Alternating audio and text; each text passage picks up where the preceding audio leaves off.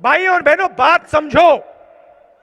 ये नरेंद्र मोदी की सरकार नहीं है, ये दो तीन उद्योगपति मित्रों की सरकार है। नमस्कार दोस्तों, स्वागत है हमारे एक नए वीडियो में। तो दोस्तों, आज की वीडियो में आप लोग को बीजेपी जो बंगाल के अंदर चुनाव हो गई, वो चुनाव बीजेपी किस कारण से हारी है, उन कारण में से हम आप लोग को तीन बहुत ज़्यादा महत्वपूर्ण कारण बताने वाले हैं। और वो कारण इतने ज़्यादा खास हैं जो कि दुनिया के हर एक कारण में हर एक राजनीतिक पार्टी इस कारणों का हमेशा ख्याल रखती है, लेकिन जो बीजेपी है उसने इन तीन कारणों को नज़रअंदाज करके बंगाल का चुनाव हार चुकी है। तो चलिए इस वीडियो को शुरू कर लेते हैं। तो दोस्तों, जो बीजेपी का बंगाल के अंदर चुनाव हारने का सबसे बड़ा कारण है, वो कारण है बंगाल के लोगों के अंदर बीजेपी के ऊपर से भरोसा ना होना।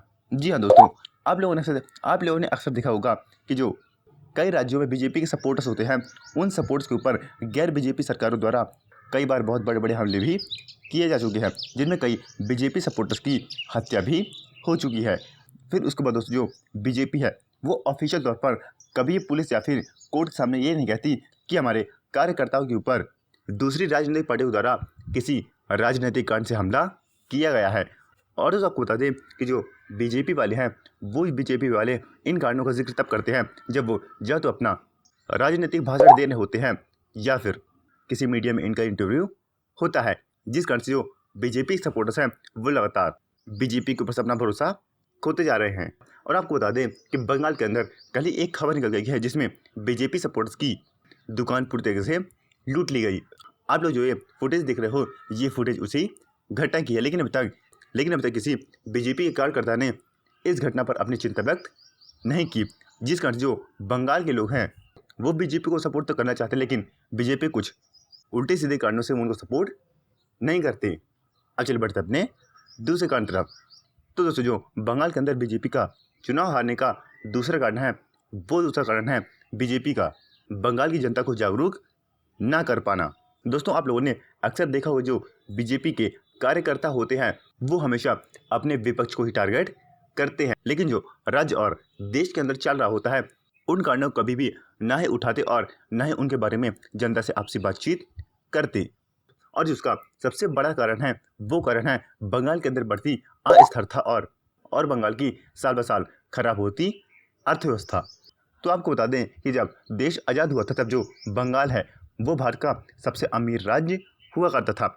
फिर उसके बाद जब वहाँ राजनीतिक संकट गहराया गया, तब जो बंगाल की सरकारें हैं वो सरकारें एंटी इंडस्ट्री प्लांट होती गईं। यानी कोई भी कंपनी अगर बंगाल के अंदर अपना प्लांट लगाना चाहती है तो जो बंगाल की सरकार है वो बंगाल के अंदर उस कंपनी को प्लांट नहीं लगाने देती, जिस कारण से बंगाल के अंदर जो रोजगार है वो दिन ब दिन कम होते जा रहे हैं और जो बंगाल की अर्थव्यवस्था वो हमेशा से खराब होती जा रही है। और दोस्तों, आपको बता दें कि जो आज की तारीख में बंगाल के अंदर बांग्लादेशी और जो रोहिंग्या की आबादी है वो आबादी दिन ब दिन बढ़ती जा रही है, और जो बांग्लादेशियों को भारत के अंदर नागरिकता देने का काम है वो काम बंगाल की आज की सरकार कर रही है, जिससे कि न सिर्फ बंगाल की राजनीतिक अस्थिरता हो सकती है, बल्कि आगे चलकर जो बंगाल है उसमें धार्मिक आबादी और जो धार्मिक राजनीति है उस पर बहुत बड़ा संकट मंडरा सकता है। अब चलिए बढ़ते अपने तीसरे कारण तरफ।